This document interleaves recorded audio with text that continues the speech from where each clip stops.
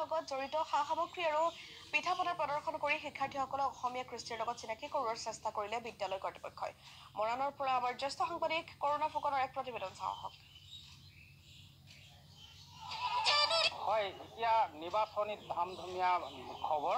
নিৰ্বাচনীৰ আঁৰ লৈ লোকসভা নিৰ্বাচনী আঁৰ লৈ অসমীয়া বাপতি সাহোন ৰঙালী বিহুটি আমাৰ পদূলি মুখত পালেহি। মই আছোঁ এতিয়া মৰাণ বাল্য বিকাশ বিদ্যালয়ত। এই বিদ্যালয় এক ব্যক্তিক্ৰমী শিক্ষা ছাত্ৰ ছাত্ৰীসকলক শিক্ষাদান কৰি আহিছে। স্বপন চুতীয়া অধ্যক্ষতাত এই বিদ্যালয়খনে বিভিন্ন সময়ত বিভিন্ন পাঠ্যপুথিৰ জ্ঞান দিয়াৰ লগতে তেওঁলোকে বিভিন্ন নীতি শিক্ষা কেনেকৈ হাল বাব লাগে, কেনেকৈ ৰোৱা ৰুব লাগে, কেনেকৈ সাঁতুৰিব লাগে, এইবিলাক দেখুওৱাৰ পাছত এইবাৰ আজি বিহু, কাইলৈ বিহু উৰুকা আগদিনাখন তেওঁলোকে ছাত্ৰ ছাত্ৰীসকলক তেওঁলোকে কেনেকৈ বিহুৰ লগত যি সামঞ্জস্য আছে বা বিহুৰ লগত কি কি সামগ্ৰী তেওঁলোকক জ্ঞান দিয়াৰ নিমিত্তে তেওঁলোকে এক প্ৰদৰ্শনী আজি তেওঁলোকে পাতিছে। এইদৰে ভিডিঅ' জাৰ্নেলিষ্টক দেখুৱাবলৈ অনুৰোধ কৰিছে, যিবোৰ আধুনিক ধমধমীয়াত পৰি আমাৰ অসমীয়া সমাজৰ তিল পিঠা, নাৰিকল পিঠা, ঘিলা পিঠা, যেনেধৰণে যিবিলাক পিঠা আমাৰ আছিলে বা যিবিলাক তেওঁলোকৰ আমাৰ সমাজৰ পৰা হেৰাই গৈছে, এইবিলাক তেওঁলোকে ছাত্ৰ ছাত্ৰীসকলক শিক্ষা দিবৰ বাবে এই প্ৰদৰ্শনী আজি অনুষ্ঠিত কৰিছে। এইফালে ভিডিঅ' জাৰ্নেলিষ্টক দেখুৱাবলৈ অনুৰোধ কৰিছোঁ, তেওঁলোকে আজি আধুনিক কিছুমান ল'ৰা ছোৱালী আছে যে তেওঁলোকে তাঁতৰ শালখনো হয়তো নাজানে। অসমীয়া আটাইতকৈ আপোন যিখন বিহুৱান বুলি কওঁ বা গামোচাখন, বিহুৱানখন কেনেকৈ বয়, কি কৰে আৰু তাঁতৰ শালত কেনেকৈ যিবিলাক বস্তু আছে, ৰাঁচ, দুপতি আৰু যঁতৰ, গৰকা মাৰি, এই বিভিন্ন তেওঁলোকে ইয়াত নামাকৰণ কৰি দিছে। প্ৰত্যেকটো বস্তুৱে নামাকৰণ কৰি দিছে। ছাত্ৰ ছাত্ৰীসকলে এই বস্তুবিলাক জানিবৰ কাৰণে, যিবিলাক তাঁতৰ তেওঁলোকে সকলো বস্তু জানিবৰ কাৰণে, আৰু এইদৰে ঢেঁকীশালত মই আছোঁ এতিয়া। এই প্ৰদৰ্শনী ঢেঁকীশালত ছাত্ৰীসকলে ইতিমধ্যে পিঠা খুন্দি আছে। তেওঁলোকৰ পৰা আমি জানিব বিচাৰোঁ, তোমালোকে তাঁতৰ শালৰ ঢেঁকী পিঠা আগতে ঘৰত খুন্দিছা নাই? ইমানো ঘৰত খুন্দা নাই, এতিয়া ভালকৈ শিকোৱা হৈছে, ভালকৈ আমি শিকি লৈছোঁ। আৰু তেওঁলোকে ঘৰত মাক দেউতাকে কিন্তু শিকোৱা নাই, কিন্তু এই বিদ্যালয়ে মই কৈছোঁ যে এক ব্যক্তিক্ৰমী তেওঁলোকে শিক্ষা প্ৰদান কৰি আছে। শিক্ষাৰ লগতে সকলো ধৰণৰ জ্ঞান দিবলৈ চেষ্টা কৰি আছে। তুমি আগত ঢেঁকী দিছা নি ঘৰত? মই আগতে ঢেঁকী দিওঁ, মানে ইমানো নিদিওঁ। এইবাৰ মানে ইয়াত স্কুলত ছাৰে এইবোৰ কৰিছে, দিছোঁ এতিয়া ভালকৈ। যি ঢেঁকী এতিয়া তোমালোকৰ এতিয়া প্ৰত্যেকটো বস্তু এতিয়া কোনটো ঢেঁকী কি পাৰ্ট এতিয়া গোটেইখিনি তুমি গম পাইছা। এইডাল তুমি সোঁহাতত লৈ আছা, এইডাল কি হয়? বৰণি মাৰি। আগতে গম পাইছিলানে? আগতে গম নাপাওঁ। আৰু যিডাল ধৰি আছে এইডাল কি বুলি কয়?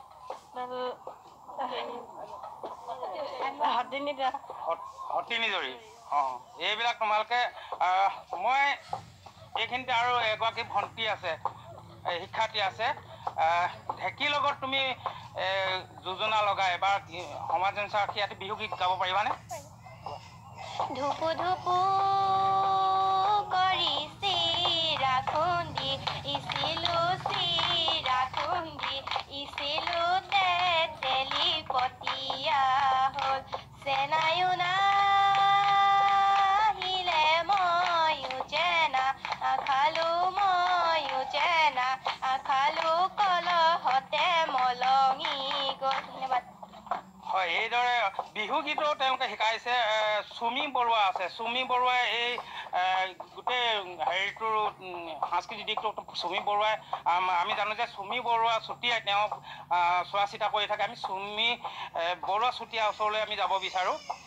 আমি ছাত্ৰীসকলৰ পৰা ইতিমধ্যে যিটো বিহু গীত শুনিলোঁ, সঁচাকৈ তেওঁলোকে বৰ ধুনীয়াকৈ ঢেঁকীৰ লগত সামঞ্জস্য ৰাখি পিনি এটি বিহু গীত গালে।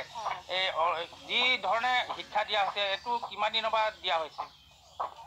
শিক্ষাটো আমি যিখিনি আমাৰ প্ৰেক্টিকেল এডুকেশ্যনত পৰে যিখিনি ব্যৱহাৰিক শিক্ষাত আমি দিবলৈ যত্ন কৰিছোঁ যিমান পাৰোঁ আৰু নতুনকৈ এতিয়া আমি বিহুৰ লগত যিবিলাক বস্তু আমাৰ হেৰাই গৈছে পৰম্পৰা আমি ৰাখিব পৰা নাই বিভিন্ন ব্যস্ততাৰ মাজত তাত ববলৈ আমাৰ সময় নাই কিন্তু আমি অকল কিতাপত পঢ়িলে বস্তুটো শেষ হৈ নাযায় তেওঁলোকে যদি আমাৰ স্বচক্ষুৰে দেখে বস্তুটো যেনে হ'লেও তেওঁলোকৰ ভৱিষ্যত জীৱনতলৈ মানে মনত থাকিব কথাটো যে আমি বিদ্যালয়তে এনেকুৱা এটা পদক্ষেপ লৈছিলে আমি দেখা পাইছিলোঁ তেনেকুৱা কথা আৰু আমাৰ লগত আছে অধ্যক্ষ স্বপন চুতীয়া আমি ইয়াৰ পাছত ঢেকীয়াখাললৈ যাম তাৰ আগতে আমি স্বপন চুতীয়াৰ ওচৰৰ পৰা জানিব বিচাৰোঁ আমি জানো যে এইখন বিদ্যালয় মৰাণৰ ভিতৰত এক অন্যতম বুলি ক'ব লাগিব কাৰণ কেলৈ আপোনালোকে পাঠ্যপুথিৰ উপৰিও বিভিন্ন আপোনালোকে জ্ঞান দি আহিছে যিবিলাক দৈনন্দিন প্ৰয়োজন অতিকৈ প্ৰয়োজন এজন শিক্ষাৰ্থীক উপযুক্ত কৰি তোলাৰ ওপৰত এই ক্ষেত্ৰত আপোনালোকে আমি যিখিনি দেখিছোঁ আপোনালোকক অভিভাৱকবিলাকে সহায় কৰেনে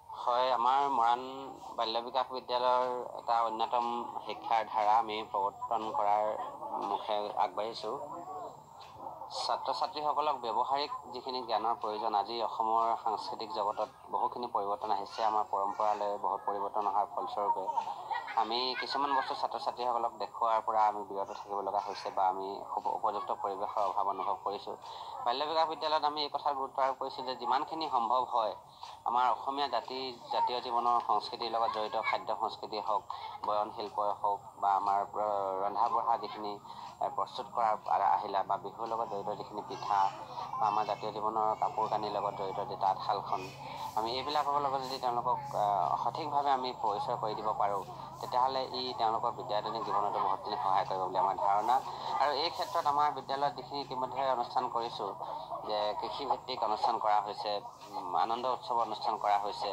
সত্ৰীয়া পৰিৱেশৰ বহুতখিনি অনুষ্ঠান কৰা হৈছে প্ৰত্যেক কথাতে আমাৰ অভিভাৱকসকলক আমি কৃতজ্ঞতা জনাব লাগিব তেওঁলোকে সদায় ইতিবাচক দৃষ্টিভংগীৰে আমাক সহযোগ কৰিছে এতিয়া বিহুৰ এটা মণ্ডপ তৈয়াৰ কৰা হৈছে আজি বিহুৰ আগে আগে তো এইটোৰ কাৰণে মই আৰ্থিকভাৱে বা কায়িকভাৱে মানসিকভাৱে প্ৰত্যেক ধৰণে মই বিচৰা ধৰণে তেওঁলোকে সহযোগ কৰে আৰু বোধ কৰোঁ এই যে আমাৰ সামাজিকভাৱে গোটেইখিনি মানুহে দায়বদ্ধতা অনুভৱ কৰিছে ই কেৱল বাল্য বিকাশ বিদ্যালয়তে আবদ্ধ নাথাকি সমগ্ৰ অসমীয়া মানুহৰ কাৰণে অসমৰ সমাজ জীৱনৰ কাৰণে ই এটা ফলপ্ৰসূ বাৰ্তা হ'ব বুলি মই আশা ধন্যবাদ মই ভিডিঅ' জাৰ্নেলিষ্টক দেখুৱাবলৈ অনুৰোধ কৰিছোঁ আইতা কেইগৰাকীমান আছে তেওঁলোকে এই শিক্ষাৰ্থীসকলক কেনেকৈ পিঠা বনাব লাগে কি কৰিব লাগে তেওঁলোকে এতিয়ালৈকে কৰি আছে মই দেখিছোঁ তিল পিঠা আৰু ইফালে তৰা পাতত দিয়া পিঠাও তেখেতলোকে বনাইছে আইতা আপোনালোকে এই গাভৰু কালত কেতিয়াবা আপোনালোকে পিঠা বনাবলৈ শিকিছিলে